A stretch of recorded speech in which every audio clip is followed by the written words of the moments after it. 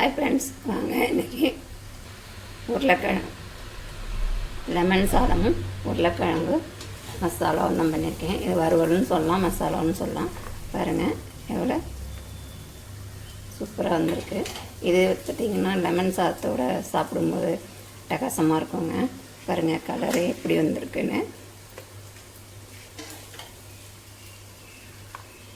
வாங்க இது எப்படி செய்கிறதுன்னு போய் பார்த்துருவோம். வாங்க இன்றைக்கி பட்டாணியும் உருளைக்கிழங்கும் வச்சு ஒரு ஈஸியான மசாலா செய்யலாம். பார்த்திங்கன்னா லெமன் சாதத்துக்கு நான் செஞ்சுருக்கேன்.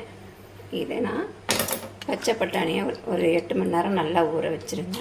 இது நல்லா ஊறிடுச்சு. அதேமாதிரி உருளைக்கிழங்கையும் நல்லா மண் இல்லாமல் நல்லா கழுவி எடுத்துக்கலாம். இப்போ லைட்டாக இதில் கட் பண்ணிக்கலாம். அப்போ தான் உள்ள நம்மளுக்கு வேகும். இதை விட்டு வேக போட்டு 2 விசில் இல்லைனா 3 விசில் விட்டுக்கோங்க. அதுக்கு மேலே விட்டிங்கன்னா நம்மளுக்கு குழஞ்சிடும். ஒரு 3 விசில் போதும். இதை இப்போ நம்ம குக்கரில் வேக வச்சுக்கோங்க.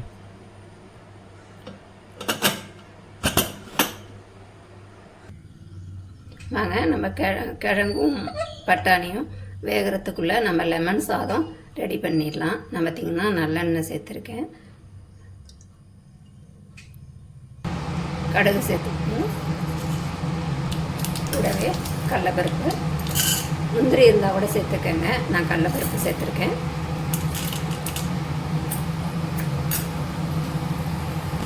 கடுகு நல்லா பொரிஞ்சிருச்சு. ஒரு அரை துண்டு இஞ்சியை குட்டி குட்டியாக கட் பண்ணி வச்சுருக்கேன். இதை சேர்த்துக்கிறேன்.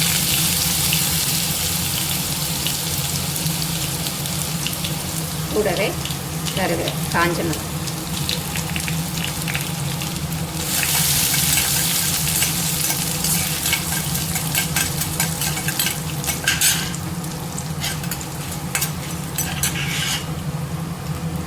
கருவேப்பிலை,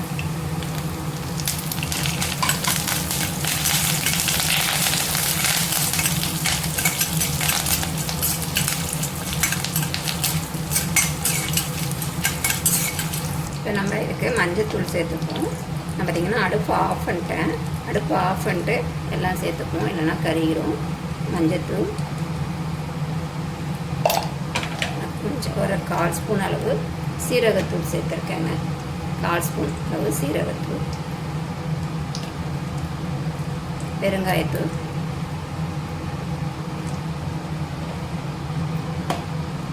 நம்ம எடுத்துருக்க சாதத்துக்கு தகுந்த மாதிரி உப்பு.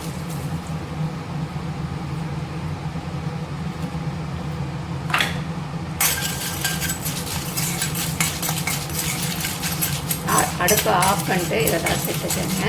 லாஸ்ட்டில் லெமன் சேர்த்துப்போம்.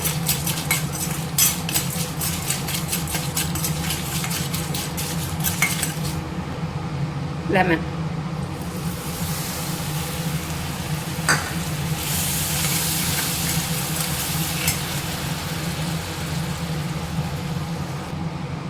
பார்த்திங்கன்னா சாதம் ஆற வச்சுருக்கேன். இது கூட சேர்த்து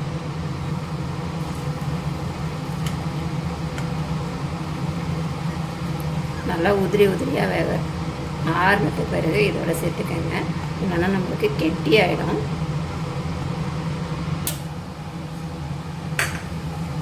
இதை நல்லா கிளறி விட்டு இறக்கணும்னா லெமன் சாதம் ரெடி ஆகிடும். நம்மளுக்கு குக்கரும் விசிலும் வந்துருச்சு. இதை மாற்றிட்டு நம்ம உருளைக்கிழங்கை ரெடி பண்ணிப்போம். இப்போ பார்த்திங்கன்னா நீங்கள் உப்பு செக் பண்ணிக்கணும். இந்த சமயத்தில் புளிப்பு உப்பெல்லாம் செக் பண்ணிக்கணும். பாருங்கள் லெமன் சாதம் ரெடி ஆகிடுச்சு.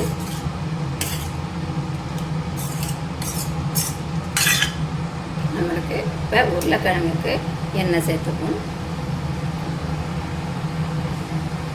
எண்ணெய் காஞ்சிருச்சு. கடுகு சேர்த்துப்போம். கடுகு வெடிச்சிருச்சு. நான் பார்த்திங்கன்னா ஒரு பட்டை, ஒரு பிரிஞ்சி இலை சேர்த்துருக்கேன். இது கூட பெரிய வெங்காயம் ஒன்று கட் பண்ணியிருக்கேன், அதையும் சேர்த்துப்போம்.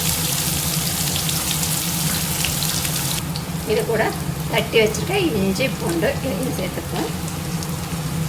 உங்கள்கிட்ட பேஸ்ட்டாக இருந்தால் கூட சேர்த்துக்கங்க.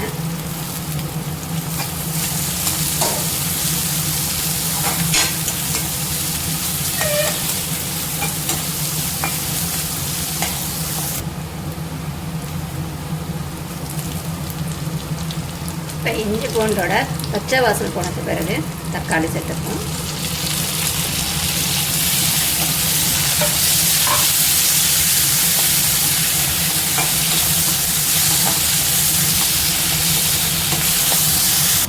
தக்காளி நல்லா வதங்கிடுச்சு.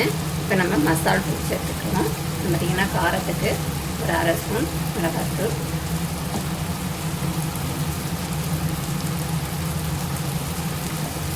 ஒரு 1/2 ஸ்பூன் சீரகத்தூள், 1/2 ஸ்பூன் அளவு கரம் மசாலா, கொஞ்சமாக மஞ்சள், இதுக்கு தேவையான அளவு உப்பு.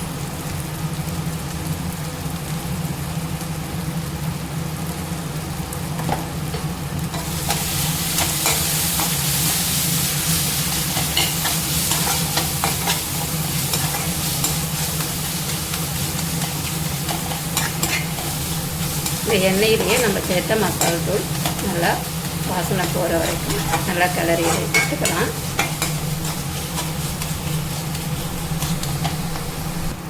வேக வச்ச பட்டாணியை இது கூட சேர்த்துக்கலாம். பாருங்கள், பட்டாணி நல்லா வெந்துருச்சு. இப்போ இது கூட சேர்த்து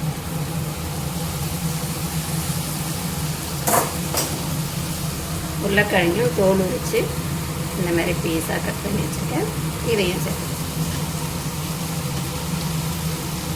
வேக வைக்கும் போது கொஞ்சமாக உப்பு சேர்த்து வேக வச்சுக்கோங்க. நான் அதை மறந்துட்டேன். அப்போ தான் நம்மளுக்கு நல்லா உப்பு சார்ந்து வரும். நான் வேக வைக்கும்போது உப்பு போட மறந்துட்டேன். நீங்கள் வேக வைக்கும்போது கொஞ்சமாக உப்பு போட்டு வேக வச்சுக்கோங்க. அப்போ தான் பட்டாணியிலலாம் நல்லா உப்பு சாரும்.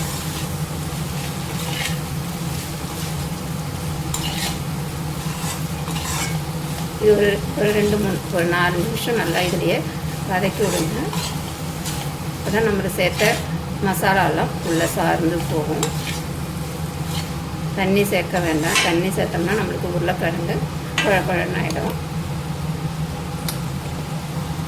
அடுப்பை சிம்மிலே வச்சு இந்த மாதிரி கிளறி விட்டு ரெடி பண்ணோம்னா நம்மளுக்கு பட்டாணி உருளைக்கிழங்கு மசாலா ரெடி ஆகிடும். நான் பார்த்திங்கன்னா லெமன் சாதத்துக்கு செஞ்சுருக்கேன். தயிர் சாதம், கீரை, சாம்பாருக்கெல்லாம் பிரகாசமாக இருக்கும். அதேமாரி காரக்குழம்புக்கும் நல்லா டேஸ்ட்டாக இருக்குங்க. புளி சாதம் எது கூடனாலும் வச்சு சாப்பிடணும். இந்த சமயத்தில் நீங்கள் உப்பு காரம் செக் பண்ணிக்கோங்க. எனக்கு எல்லாமே கரெக்டாக இருக்குது. நீங்களும் இதுமாரி ட்ரை பண்ணி பாருங்கள். வீடியோ பிடிச்சிருந்தா லைக் பண்ணுங்கள், ஷேர் பண்ணுங்கள், கமெண்ட் பண்ணுங்கள். மறக்காமல் கலை கிச்சன் சேனலை சப்ஸ்கிரைப் பண்ணுங்கள். இன்னொரு வீடியோவில் சந்திப்போம். பாய்.